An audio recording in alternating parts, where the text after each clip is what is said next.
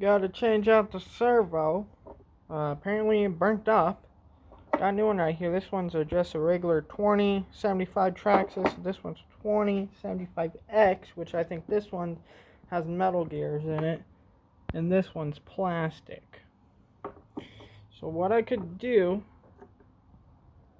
is I could go ahead and put the metal gears in this one.